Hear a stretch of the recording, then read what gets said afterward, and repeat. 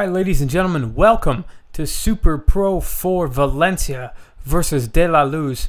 But that is our main event, and tonight we begin with La COSA NOSTRA versus MURADO y DORADO. Now, MURADO y DORADO we have not seen in this iteration of Super Pro, but you may be familiar with their work over in Wildfire Pro Wrestling, where until recently they were the tag champions. And let's go to the ring now.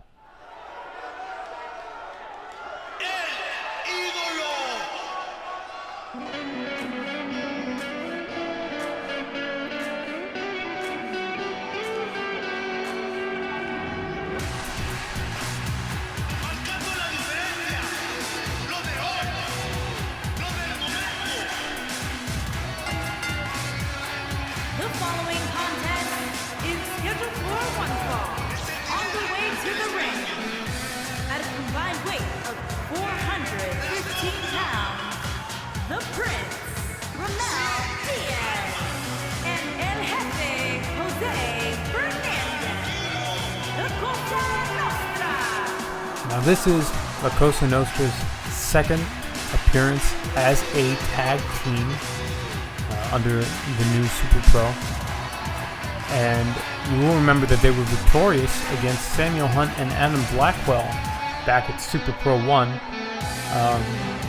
But a lot has changed since then. Since then, Romel Diaz has been announced as co-main eventing Super Pro 5.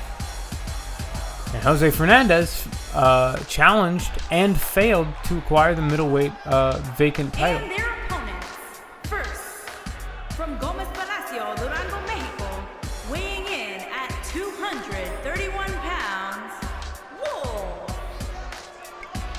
The Wolf, the Golden Wolf, Lobo Dorado. Absolutely jacked, just to the gills, this guy. And both members of MURADO y DORADO are in incredible shape, incredibly strong, incredibly explosive. And when you see, there's a little bit of difference though. You know, Dorado has a little bit more of that beach muscle going on. That might affect the fuel tank. I don't know. Again, you notice that these guys, they come out separately. Usually that is an indicator of a tag team that lacks identity. But with these guys, keeping their sort of separate feel has been a benefit. You know, I mentioned before the Wildfire Pro Wrestling Tag Championships. They've found success together by remaining individuals.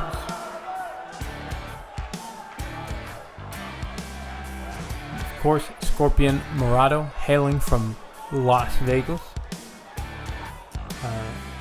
Not exactly subtle with the naming convention on the tights there.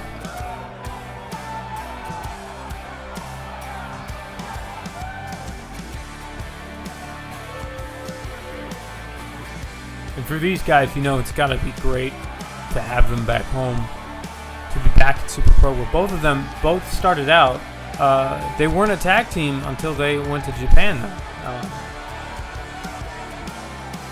And now there's no tag division in Super Pro, so I think that's possibly an ill-fated event. However, that's not to say that you cannot use your tag skills to showcase and to campaign for title shots.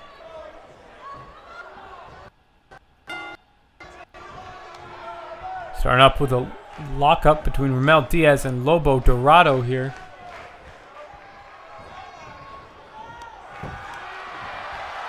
Lobo Dorado under the cruiserweight division. Romel Diaz weighing in at a lean 215, a super middleweight.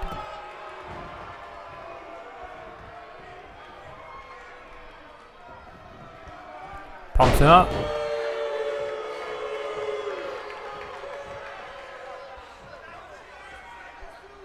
Dorado again going with that neck crank. It'll be interesting to see what sort of strategies these teams integrate against each other, as these two teams have never faced off, despite all four of them being in the original Super Pro. Now a half Boston Crab, a single-legged Boston Crab here by Lobo Dorado.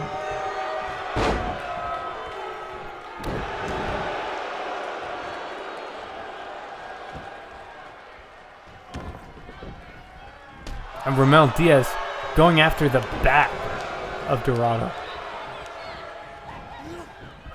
Not exactly a lot of vulnerability on back there. Dorado now making the tag to Murado. Frankensteiner and a powerbomb. And I mentioned before that both of these guys are explosive and strong. Murado, despite his size, much like our current president, El Pistolero, is a very strong guy.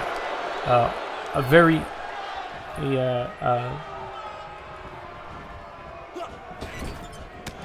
grande fuerza chico, something like that. I don't know. My Spanish is actually pretty bad. All right.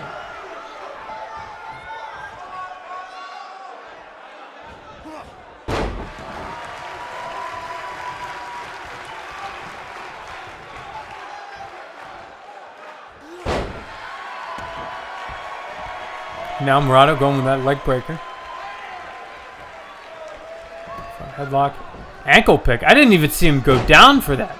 Very fast. Very fast. And a leg breaker again. Of course, Scorpion Murado, appropriate to his name, is a big fan of that Scorpion Deathlock. And look for him to... Oh, super kick! And a suplex.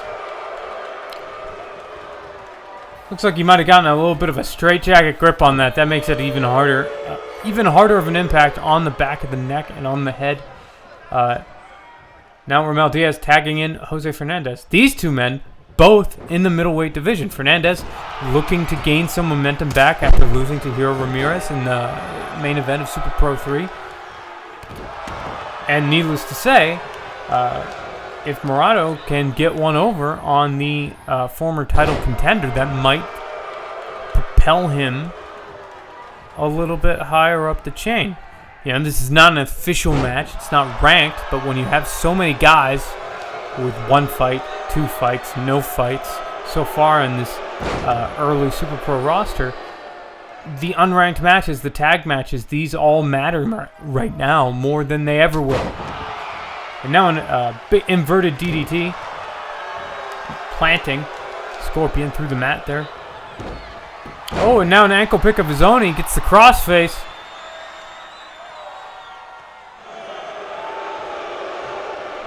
And no, Murado fighting out of it.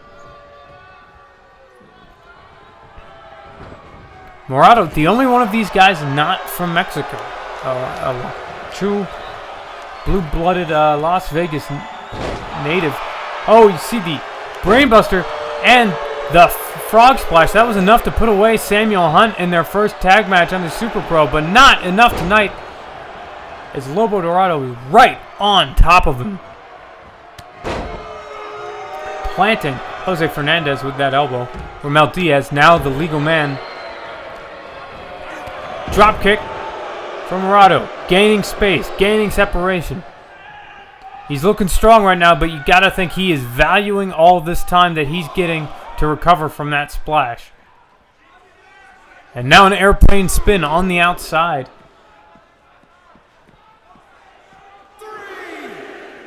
And he goes the other way. Of course he goes the other way.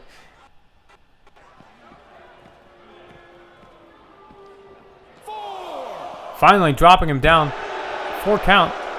I'm pretty sure tag matches still have a 10 count, so this might be less than advantageous for them to continue brawling on the outside. And as I say that, Murado bringing Diaz inside. Ever since Dorado broke up that pin, it has been all Murado, all offense. Very aware that he cannot risk taking another big move like that right now. He needs to pour the offense on. He needs to pour the pressure on. Yeah. Rolling through. Oh, he went for a splash, a Rolling Thunder style splash. But Romel Diaz got the knees up in a Hurricane Rana right now. Dorado reaching his arm out, but Diaz kicking Murado while he was down. Makes the tag. Jose Fernandez pops him up. And thought he was going for a German suplex there. No! Instead, an assisted rebound lariat. Murado fighting back, fighting hard, fighting strong. Cradled DDT.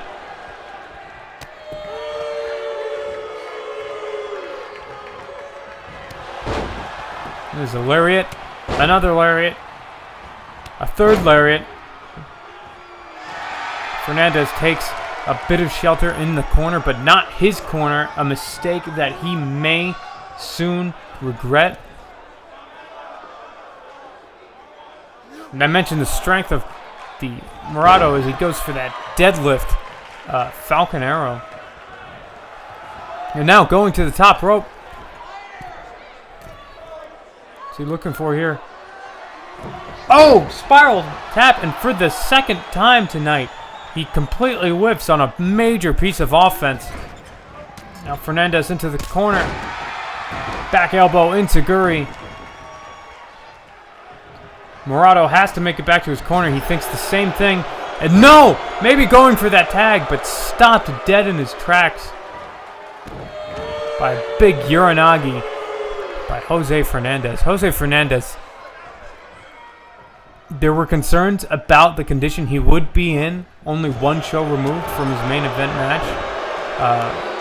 This being his third match in 4 shows. He's been one of the more active guys on the roster so far. But you can see here, there is no sign of slowing down as he repeatedly bashes Scorpion Murado's head against that top turnbuckle in his own corner. Diaz wisely giving him the space to vent.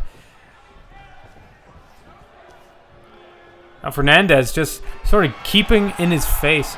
A little bit of trash talk before he goes for the tag. And here we see for his second time, the Brain Buster and the Frog Splash. Romel Diaz for the second time going for a pin. And for the second time, Lobo Dorado right in there. And for the second time, Lobo Dorado going right for Jose Fernandez.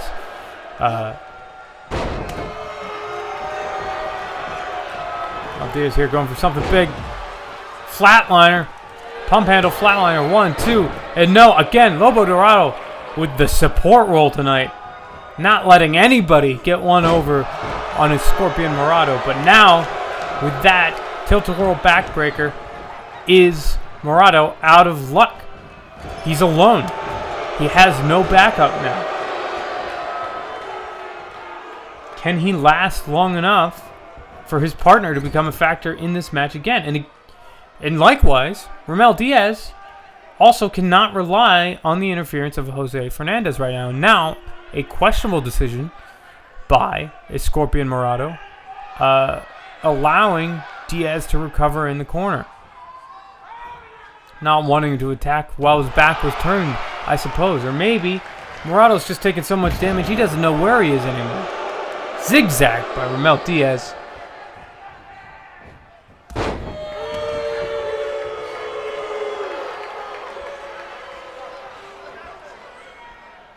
Diaz now really trying to work the crowd out. Trying to get that reaction.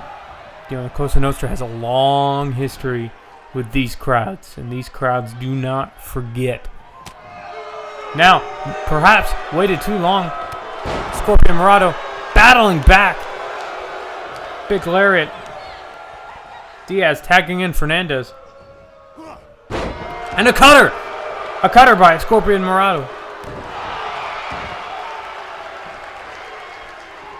And he goes for the arm. Zero fear with that arm breaker. A 5-sided arm breaker. I'm not sure how many different ways I can reference Pentagon Jr. A skull-faced arm breaker. A luchador under the earth. Arm break. Alright, I'm still going. But again, Scorpion Murado attacking that arm pretty relentlessly. Eats a jawbreaker for his worries. Half and half suplex. Not gonna feel good. Murado trying to make it to his corner. Gets dragged away by Jose Fernandez. Jose Fernandez now bringing him up. Getting that German. Oh. Now, Fernandez making his way back in those forearms. Slips out to the opposite side of Lobo Dorado. Murado not even safe in his own corner. Side kick to the gut and a drop kick to the knee. A unique way of preventing the pin there, forcing Murado to escape rather than tag. Oh. Fisherman driver. 1, 2. No, a kick out. A strong kick out.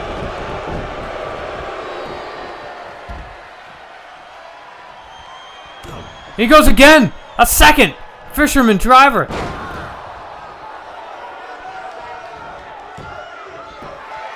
One, 2, 3. A Scorpion Murado almost single-handedly beats La Cosa Nostra. And you've got to think that's got to sting. You've got to think for Jose Fernandez, that is the worst case scenario coming back with this match. And you've got to think, I don't know what you've got to think for Romel Diaz. Romel Diaz has the title match coming up. We still don't know who the other half of it is going to be. But now we have to move on as NIKTA from Belfast, Northern Ireland, takes on Long Island's own Shelly Kimball, the human embodiment of Strong Island. Now, both these women welterweight, but NIKTA coming in 5 pounds under the limit, and Shelly Kimball coming in about, 26 pounds under the limit. A massive size difference here. Now, we don't know really much about either of these women. Neither of these women have fought in Super Pro before. What we know about NIKTA is NIKTA was a very early signing. I'm not even sure if I'm saying her name right.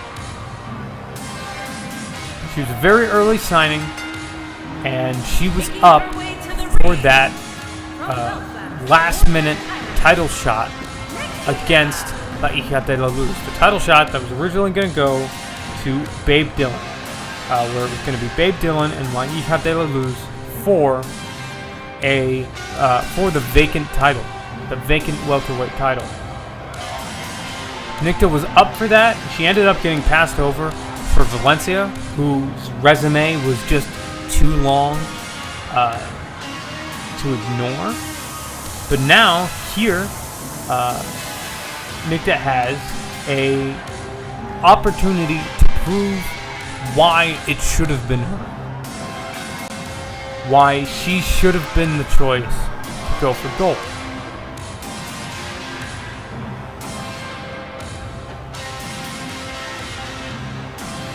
NIKTA also one of our few European imports, and I believe our only Irish import, especially Northern Irish.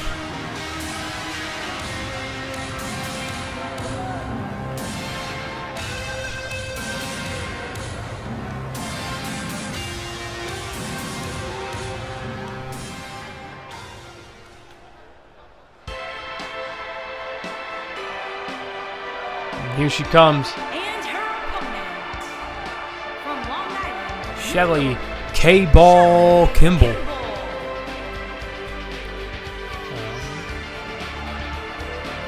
Shelly Kimball, very new to the industry.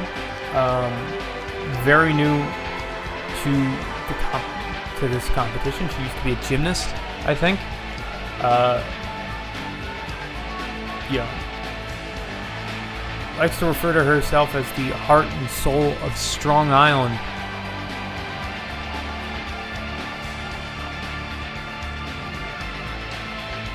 And you've got to wonder, at that size, with that disposition, in this weight division, in this, you know, with competition like NIKTA, Valencia, HIJA de la Luz, Babe Dylan, all in this weight class, I don't know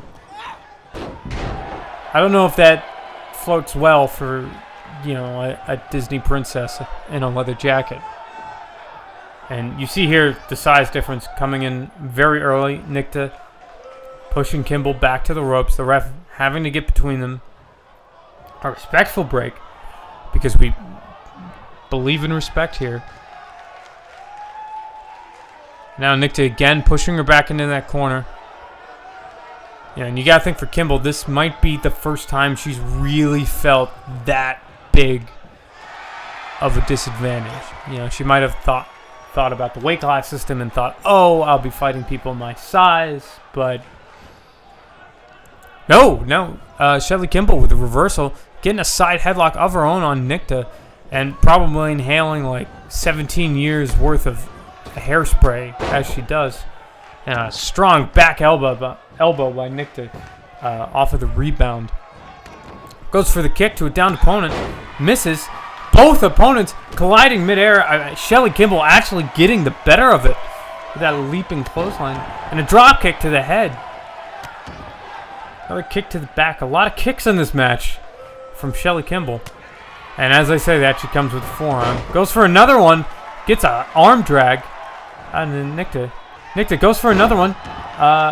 And gets an arm wringer flip in response. Shelly Kimble is here to fight, ladies and gentlemen. She is here to compete. I may have misjudged the heart and soul of Strong Island. But for all her technical prowess, it's not much compared to eating an elbow to the face, apparently. And she learns her lessons with a flying clothesline onto NIKTA. A leg sweep, kick, and a miss.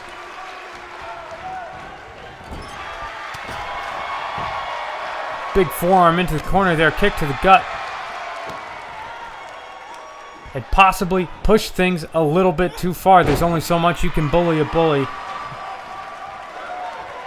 And now NIKTA with a dropkick to the head of the downed opponent and an arm breaker onto that ring mat. Oh, big, thunderous leg kicks to the legs of Shelly Kimble. And those things don't exactly look insulated, right? I mean, it's like hitting a twig with a baseball bat. As NIKTA clotheslines Shelly Kimble to the outside. And now throws her back into the ring, just making her move, making her uncomfortable. Putting her perhaps in positions that she isn't used to being in. And is this? Somebody call the president of Super Pro, because there's some gimmick infringement going on. This is a welterweight match, but that was a cruiserweight killer. And now NIKTA putting Kimble in the fireman's carry. Dropping her right on that top rope. Barely a 1 count before a kick out by Kimble. Kick to the back by NIKTA. Kick to the back of the head by NIKTA. And now with the all-time wrestling classic, the neck crack. Going for a pin. 1. No, I'm not sure. And apparently NIKTA thought that was enough to win a wrestling match in 2020. She thought she was gonna get it off a neck crack. I mean, I've seen weirder. Now going with that double wrist lock there. Some might think of it as the Shankly Gates. But you see NIKTA there applying it in an upwards motion, not trying to tear the shoulder, putting pressure on that arm of the forearm. Oh, detonation kick.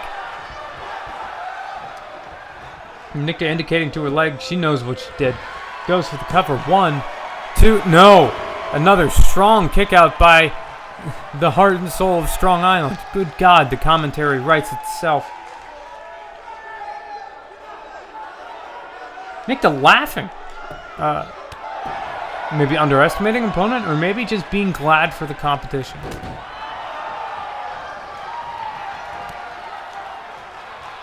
Pump handle.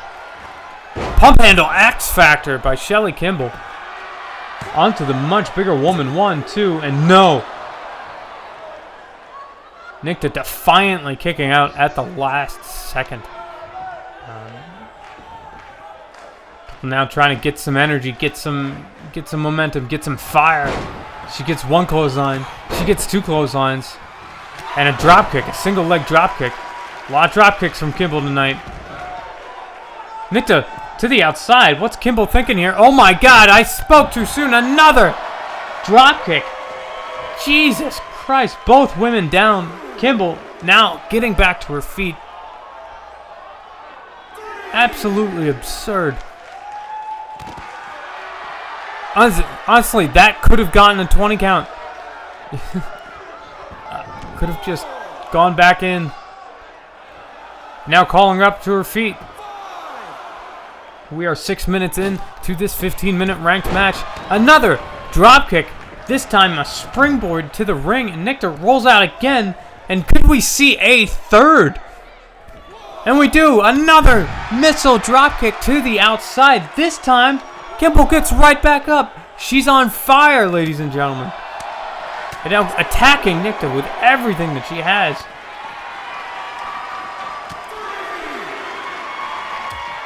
Perhaps just an absolute brawl out here. I can't even. Every time I think it's about to go one way, it decides to go the other one. Shelly Kimball trying to get NIKTA back into the ring.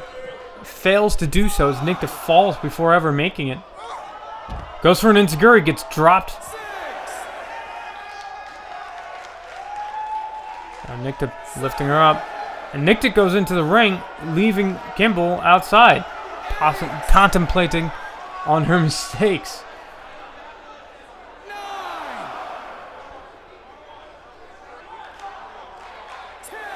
We're at a 10 count. Kimball makes it in the ring. And a single-legged face buster by NIKTA. Does not want to go for the cover, though. Instead,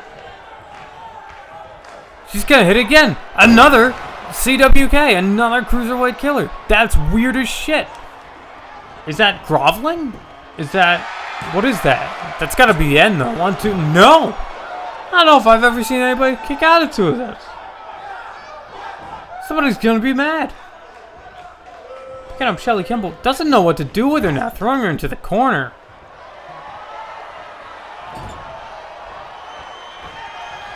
Picks her up to the top rope. Oh no. And a muscle buster. Jesus Christ. Jesus. And honestly, they might not even need the pin. They might just want to be a ref stoppage. 1, 2. Shelly Kimball refuses to die. Ladies and gentlemen, and at a certain point, you've got to wonder when you got to save the wrestler from herself. We don't have very many corner men in this business, and that might be why. Because I think if Shelly Kimball had a corner man, he'd be thrown in the towel right now. Because that was not something to take lightly. And now she's about to take a third CWK, and she does. And NIKTA laughing.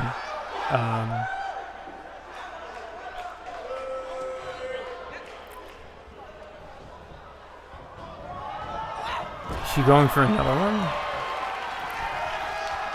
Oh my god, somebody stop it. She's going for another one? She hasn't even gone for a pin!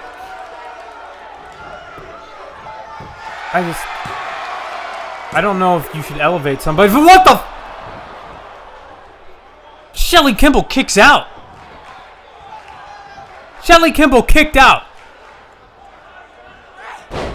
Now a Russian leg sweep, because why not? Because nothing else seems to work. Just hit him with a Russian leg sweep. As NIKTA, infuriated. What does she have to do to put away Shelly Kimball? How much can Shelly Kimball take? Up into that fireman's carry position again. And drops her down onto the neck again. Not sure what NIKTA was going for, though. Gets stopped. Now a roll-up. 1, 2, 3. It's over. Holy shit. Shelly Kimball just walked out of hell with Lucifer's pitchfork. And there's no looking back. I did not think she had it in her. I don't even know how she's walking. I don't know how she's got this energy to celebrate right now. It is ungodly. But we still have a show to put on here tonight, folks, as Joseph Marquez takes on Adam Blackwell in a cruiserweight ranked match. You might remember Adam Blackwell had a tag match back on Super Pro 1 against La COSA Nostra. Lost that match. This will be his debut in ranked competition, as will it be Joseph Marquez's debut in ranked competition. Debut in any competition. Really.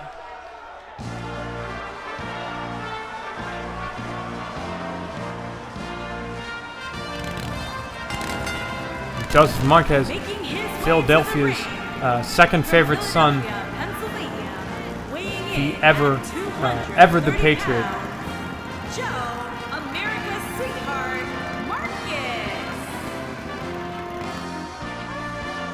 Big Stone Cold Mark.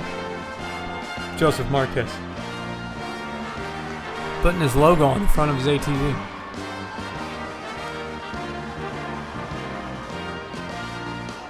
Also, does that sweatshirt look kind of gross to anybody else? I feel like I can smell it from here. Yeah. Anyway.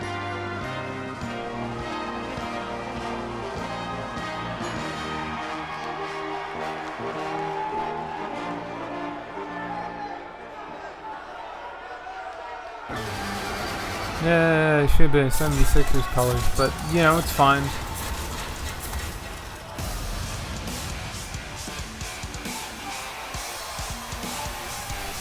And those muted chords, trademark of one Adam Blackwell. An unremarkable career in the late 80s and early 90s with the World Wrestling Federation. Turned into decades of hard work and effort put on in the independent scene across the world. He's fought in Mexico, he's fought in Canada, he's fought in the United States, obviously. He's fought in Japan. Hell, I'm pretty sure I saw him fighting in Brazil, and there wasn't even any wrestling going on. I think he was just fighting the guy.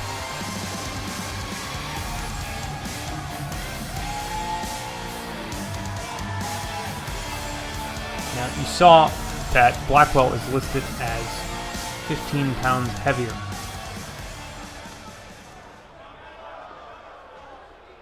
That is all muscle.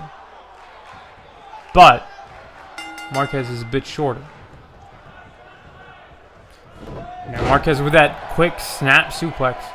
This is very much a youth versus experience match.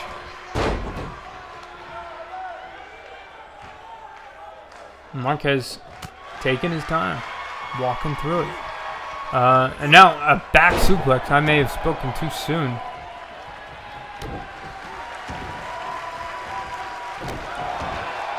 Attacking the arm.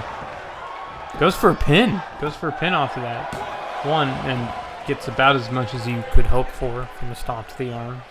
If anything, that's going to incite the old man's vengeance, which maybe that's what he wants. Maybe Marquez does not want Blackwell calling upon his years of experience. Maybe Marquez wants to piss Blackwell off. Maybe he wants Blackwell to act on instinct, to not think things through.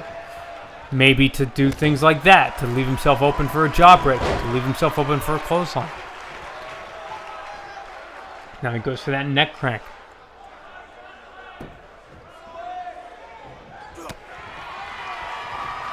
Shot to the gut, shot to the head. Almost three shots to the head. Parried and countered by Marquez, and then followed up with a falling lariat. And a neck crank for a second time.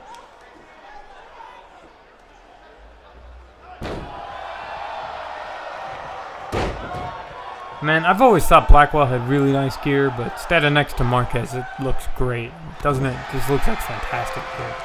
Marquez again going for an early. Man, doesn't even really get a 1 count there. Not letting the old man get up. Kicks him while he's down. And that is old man strength. And that is old man agility.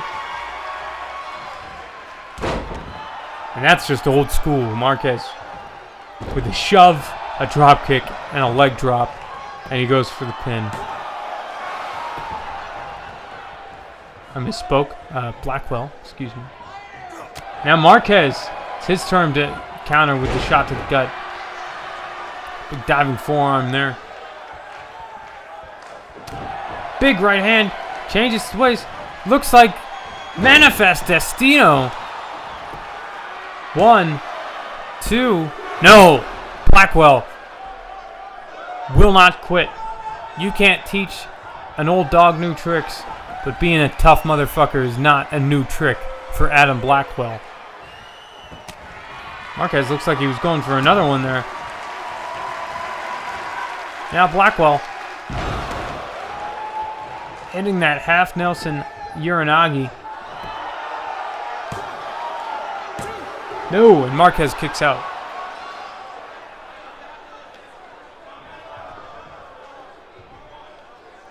Blackwell now playing to the crowd. We'll see if that pays off for him.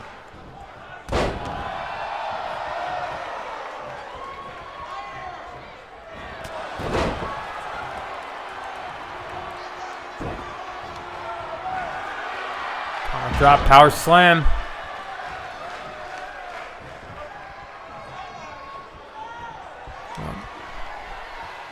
Inverted DDT, a move Blackwell's been hitting a lot recently as he's gotten older. He's found success with it, but not tonight as Marquez kicks out.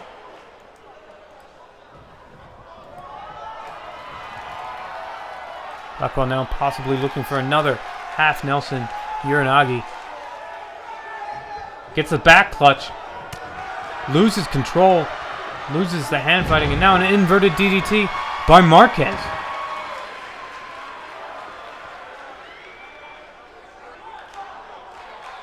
Perhaps a cautious choice of move by Joseph Marquez. Perhaps trying to spit in the old man's face, and as he does so with another Manifest Destino. And what's he calling for here? Wait a minute. It's a pop-up powerbomb. That's... He points to his head. That's Adam Blackwell's old finisher. That was Adam Blackwell's finisher during his first run with the World Wrestling Federation. And now he's throwing forearms at him. I can't believe he did that. That's just mean. It's like putting Bret Hart in a sharpshooter. It's like hitting Shawn Michaels with a super kick. It's like no selling for Hulk Hogan. It's unheard of. And Blackwell now trying to make the youngster pay for it, driving his face into that top turnbuckle.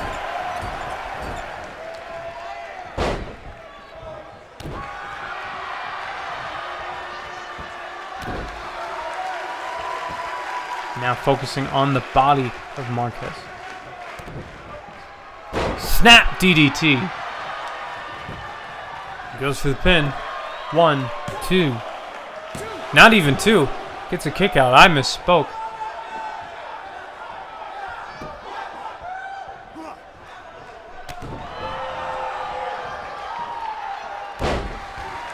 I'm getting word now that Marquez has actually been using that pop-out powerbomb for a while. Calls it the Soaring Eagle.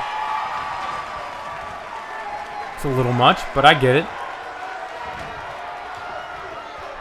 Now a military press. Old man strength. That's still there. Still capable of that explosion. But takes its toll. You see there, Blackwell had to take a breath, possibly saving Marquez. And then again, possibly not, because that doesn't feel good. That ain't pretty. That ain't complicated. That just feels bad. Blackwell now with a pop-up powerbomb of his own. Throwback fucking Thursday. 1-2. No, a kick out by Marquez. Kick out by Marquez.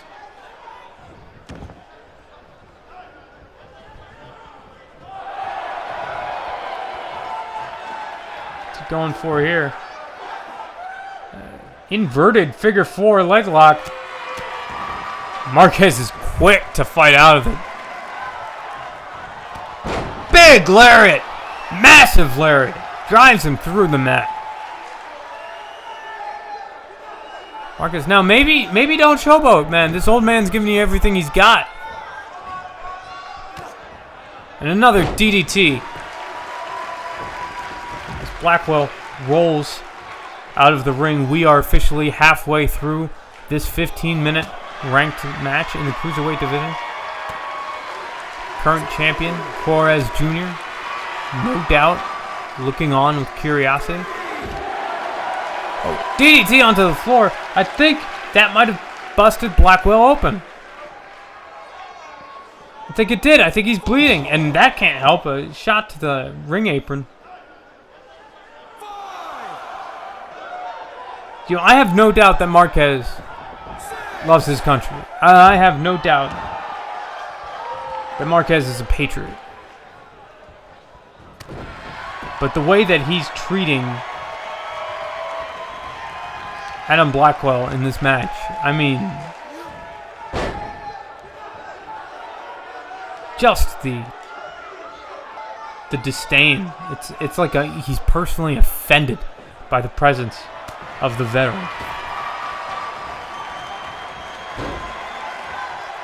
Blackwell with that guillotine. That slingshot guillotine. Grabs him by that neck that just got rammed into the throat and rammed into the ropes rather. Hits him with the power slam. Is that enough? 1, 2. No, Jesus Christ, that was close. That was about as close to a 3 count as you will ever see, ladies and gentlemen. As now Blackwell looks for another big move. I think he's looking for that half Nelson Uranagi. Let's cover 1, 2, 3, and that is it. Adam Blackwell achieves his first win in Super Pro Championship Wrestling with a win in a ranked cruiserweight match over Joseph Marquez.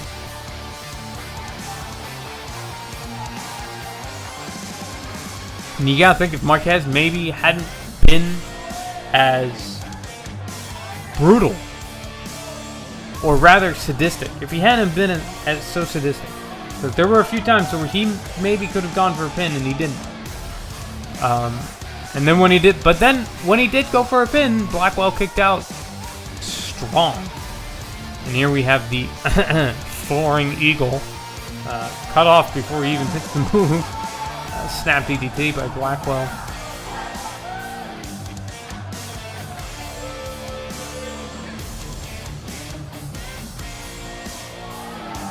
Here is your winner, Adam Blackwell.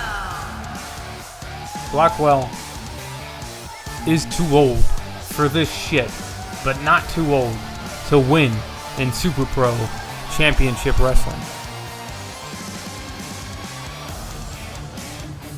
He's not 2 weeks from retirement, is he? And we move on to a junior middleweight ranked match between KIYOKO ROMI and Cristina Munoz. Again, another callback to Super Pro 1. These women were in a triple threat match. The two women in a heavier weight class than their peer, than the winner of that match, La Hija de la Luz, who is in the main event tonight. I believe it was KIYOKO who ate the pin in that match. But tonight we find definitively which one of these was the weakest link. Making her way to the ring from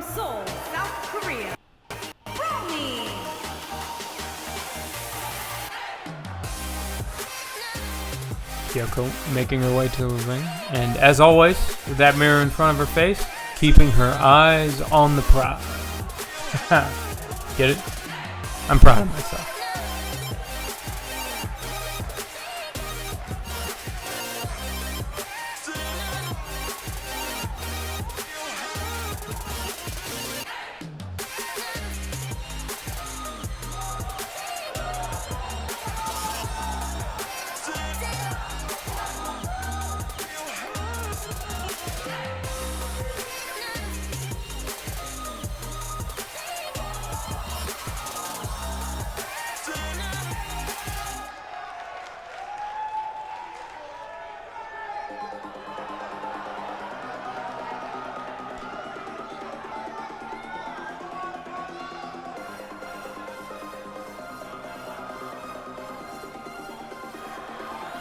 Christina Munoz, Tijuana, Mexico.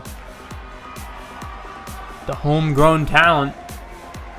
And her opponent from She Tijuana, comes in Mexico, 6'2", 169, Christina large Munoz. for this weight division.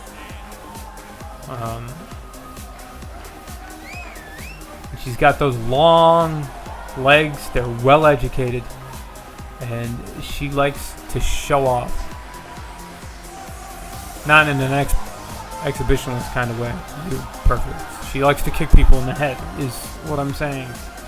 As I'm sure we will see at least once in this match with KIYOKO ROMI. Yeah, I think Munoz got to be coming in here with some confidence.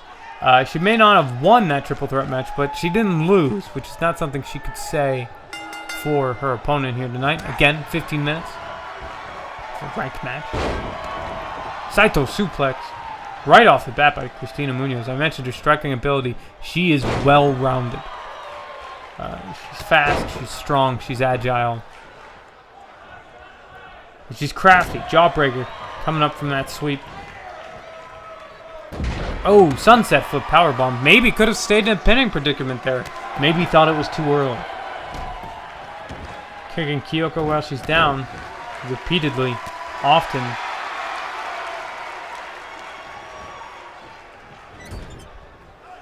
Turn to the corner. KIYOKO fighting back. Gets her way out of the corner. Comes up and a Frankensteiner.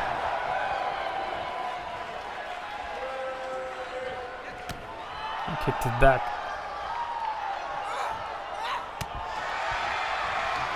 KIYOKO with that elbow. A lot of reverses of fortune here. A lot of reverses of fortune here. KIYOKO went to the ring post. Munoz kicks her once, puts her in the other ring post. Flying forearm to the face. Goes for the pinfall. One. Gets a 1 count. KIYOKO still in pain. You see most of the attacks Munoz laying in focused on the body. These are the muscles that are required to be activated in order to break a pin count. Forcing her to make those counts early on. To break those counts early on, rather. Not a coincidence by Munoz. Vertical suplex. So ROMI rolls to the outside of the apron. Not quite out of the ring, but I wouldn't call it safe. No! Playing a little bit of possum there. Baits in Munoz. Baits her in twice. Big hip toss there. Arm drag. Driving her face into the mat. Smash mouth wrestling here.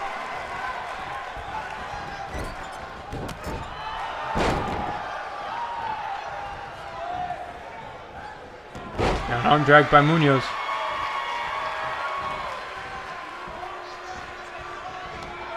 And you see, when you have a size advantage like this on the opponent, you should see more of that. You should see more of Munoz dictating where the fight takes place.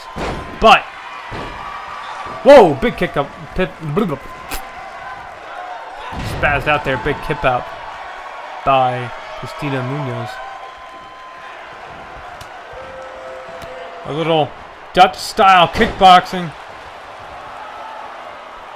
Ending with that lead leg roundhouse to the head. Doesn't have quite as much power as the rear leg, but it's a lot faster and a lot craftier. Drop kick to the knee by KIYOKO. Possibly trying to remove the possibility of getting hit with those shots later on in the match. Trying to take the kickboxing acumen away from Cristina Munoz, make her lean on the traditional luchador styles of wrestling. As for a pin off of that. Looking for something large. Hammerlock DDT. Is that enough? We shall see. 1, 2, 3. KIYOKO ROMI gets the 1, 2, 3 with the Hammerlock DDT. That's a big victory for the young Korean. And a decisive one, coming in at less than 5 minutes. See, Munoz probably had control for most of that match, but when your offense is strong enough, you don't need control, you need output. And there you saw KIYOKO rectifying the mistake of allowing Munoz to hit those kickboxing combinations, going after the leg, hitting her from behind. Constantly changing things up, coming at her from different angles until she knew she could come at her from the finishing angle. And here we see a replay of it. Boom! Planted. Spiking her straight up for a moment there.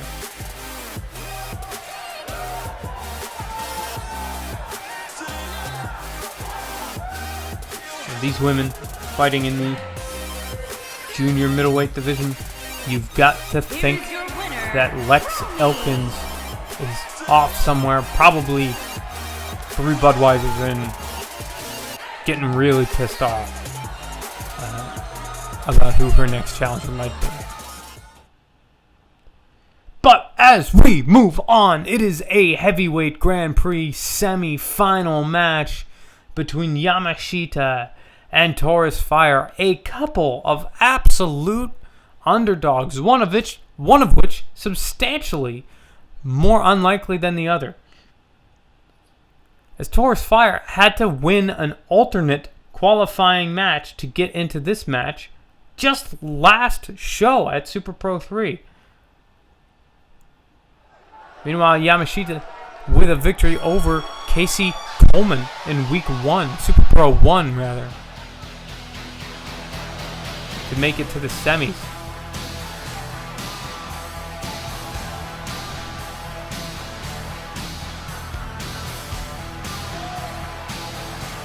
And I mentioned that Taurus was the underdog because of his path to the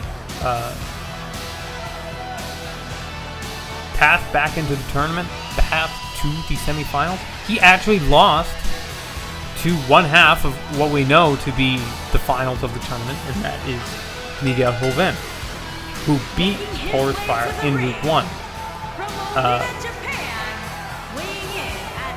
Marco Jing also qualified for that in those quarterfinals. He was supposed to be in this match tonight against Yamashita.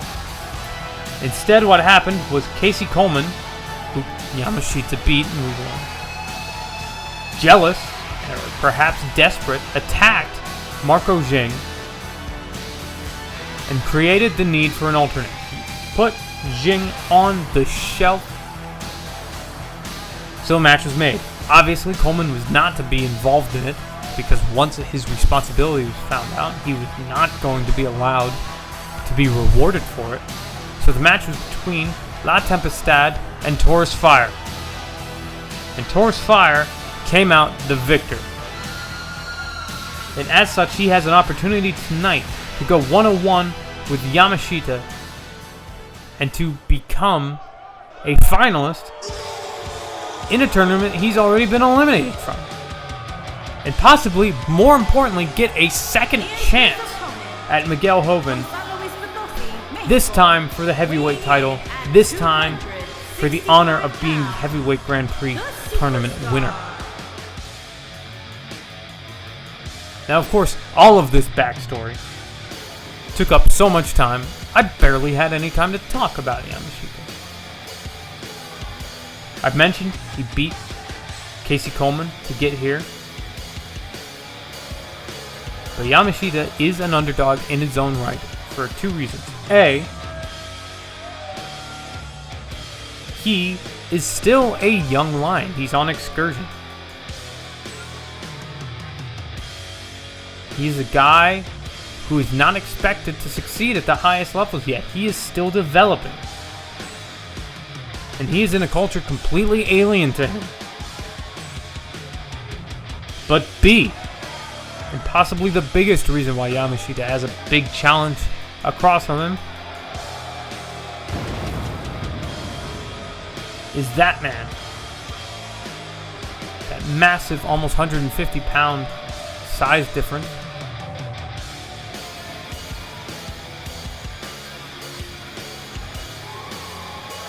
Taurus Fire is an underdog on paper, but when you see him in reality, it is a shocking revelation. 15 minutes for this ranked heavyweight match. Taurus Fire right out of the gate with the knee, the flying knee, the revolution. No, it's not revolution. Now a side headlock takeover, controlling the posture of Yamashita. The size of Taurus Fire, and Yamashita manages to reverse the momentum. Force mount, and now the mounted punches.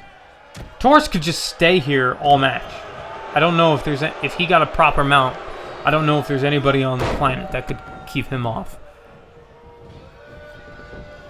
Yamashita is destined to try. Goes for the dropkick. Does not get the big man down. Hits a monkey flip instead, reversing momentum, and gets him down that way. Forearm, bitch slap, forearm. And another drop kick. Again, Taurus Fire refuses to go down, but he is forced to with a massive lariat. Now Yamashita diving to the outside, misses straight onto his knees, looking for a knee drop, I think. A dangerous move, even if he hits it to himself. You can see how woozy he is. Slaps Taurus Fire and then just whiffs completely with that second one as Taurus Fire drives his head into the ring apron. And that is a fall from what? 6 feet 9 inches, maybe? Yeah, you're up on his shoulders like that. It's a big drop. Referee up to a 5 count. God help me if one of these tournament matches ended in a countout. Goes to 7. Both men roll back into the ring. Taurus Fire gets thrown into the ring post. Yamashita with the quick recovery, but not quick enough. He eats a vertical suplex facebuster for his troubles. Oh. Attacking the head of Yamashita. Now this is an interesting situation. Either way. And Taurus Fire with a choke. But this is an interesting situation given the fact that we know that Miguel Hoven is... Whoa!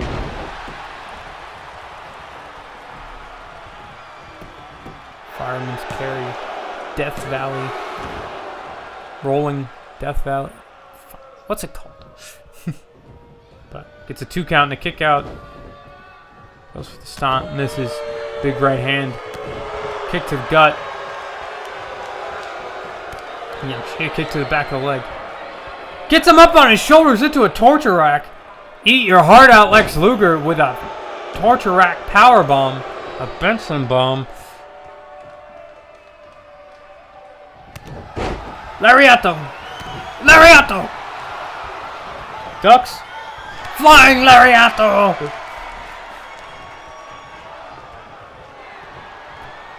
Holy shit! Massive tour of the islands by Yamashita onto the actual island that Taurus Fire is. It's a 2 count before the bull kicks out. And I've been trying to bring up this point all match. And I may not be able to complete the thought as Yamashita looking for a finish here. Gets him up. Powerbomb! Powerbomb! Backstabber. Referee slow as shit to the count. 1, 2, 3. Oh! Yamashita runs through the bull to make his way to the final of the Super Pro Heavyweight Grand Prix. We now know it will be Miguel Hoven versus Yamashita at Super Pro 5 for the Heavyweight Championship of the World for the title of Heavyweight Grand Prix winner. Both guys going through Taurus Fire at least partly to get there. Miguel also having a victory over Billy Hacksaw. And the interesting thing about this is that they have a common opponent now. And Miguel and Taurus put on a barn burner when they fought. That was a big match. That was a hard-hitting, drawn-out match. Yamashita just beat him pretty quickly. And when you compare their performances against the same competition, I have to say that Miguel Hoven has got to watch his ass. Because the young lion is hungry. The young lion is hungry.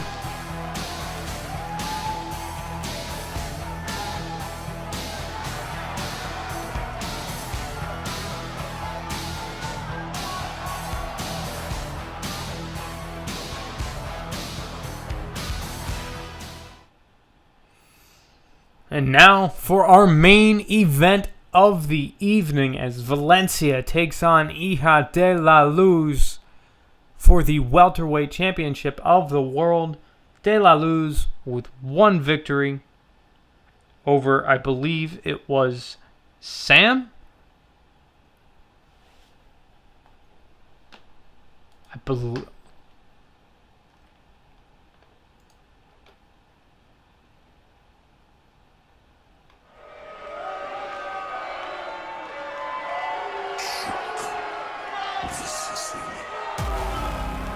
No! De La Luz was victorious over legendary Wild Tiger talent Selena Adams. I misspoke. Making her way to the ring. But here we have Valencia, the CWL legend. I think she's got like 17 belts right now, something like that. She didn't bring any to the ring with her because she couldn't decide which one to pick.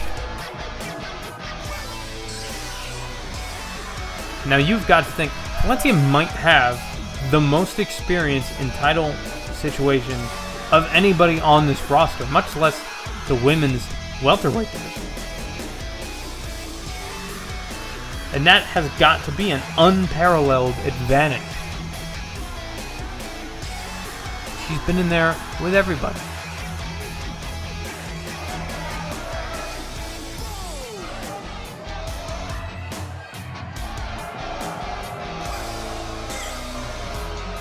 Formerly known as Davina Rose, of course, in a previous life.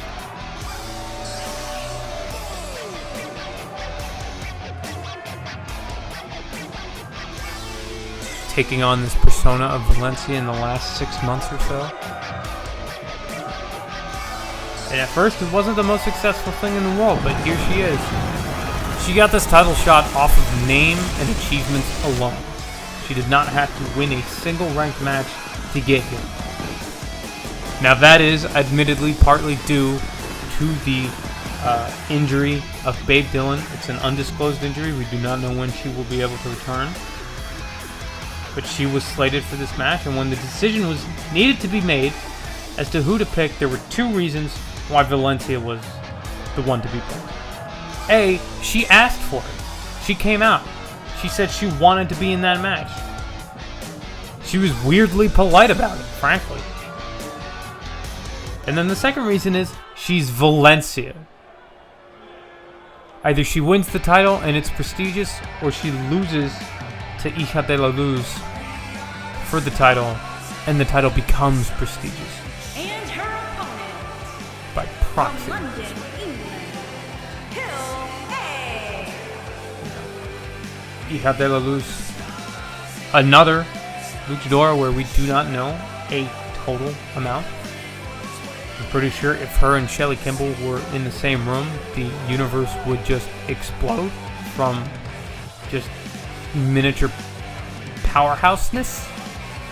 Power... Is that a sentence? I don't know. It would be a weird concept. But they are in the same weight class, so it'll probably happen. And my commentary for that match will be ridiculous. But right now, it is all about the Super Pro Welterweight Championship of the world.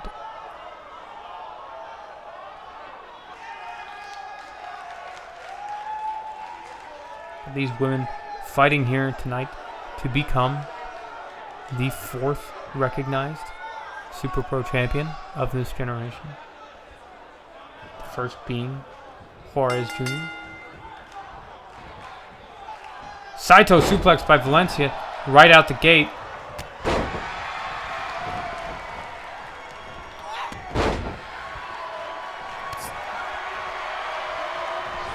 Both women looking to join Lex Elkins as women's champion. Lex Elkins, of course, a junior middleweight champion.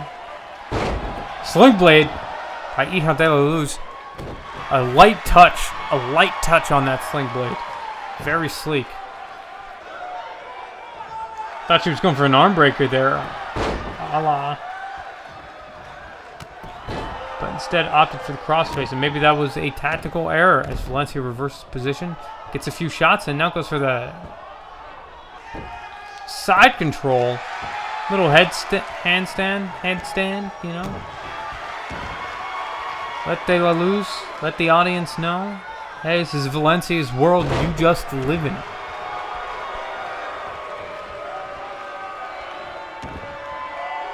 He's got the head scissors now. Flips her over.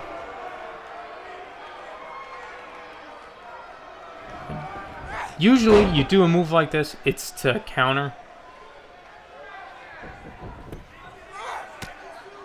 And there you see De La Luz able to reverse the position, and Valencia not able to respond in time. A double leg takedown by De La Luz, and some furious punches from side control, sacrificing the control in that side control in order to land a little bit more damage, but that allowed Valencia to shrug her off. And not to mention the size differential as well. That De La Luz will find maintaining control difficult if she wants to fight that kind of fight. And she does not want to fight that kind of fight with Valencia. She drops her on her head. Drops a knee to the back of her head. Gets a one count. De La Luz rolls to the outside. Or rather to the ring apron. And Valencia spears her the rest of the way. Sending her crashing. That's got to be like... 6 feet, 7 feet away. That's a brutal drop. Goes for the round kick to the body. Gets countered with a knee to the face. More kicks, 2 round kicks to the head. Elbow, body shot.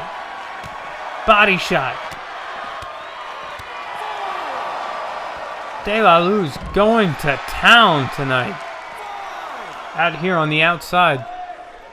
Ref is at a 5 count. Reminder, this is a championship match, so we have a 25-minute time limit, and I believe a 15-second countout. Oh, Valencia dropkick to the knee. A very successful tactic for KIYOKO ROMI earlier in the night. When confronted with strong kicks from an opponent, maybe Valencia was watching the match out back when that happened. Maybe she picked up some trips. De La Luz looking for something here. Fairy tale ending, and De La Luz goes for the cover. 1, 2, 3. It's over. HIJA de La Luz storms through Valencia to become Super Pro Welterweight Champion.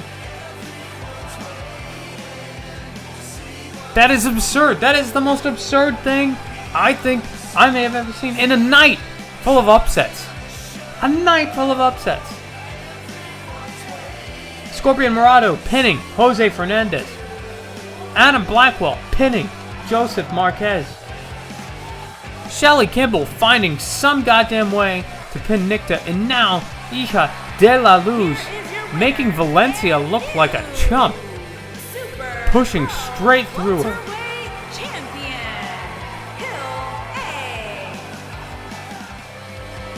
And that title, that's a small title belt. It looks massive on De La Luz.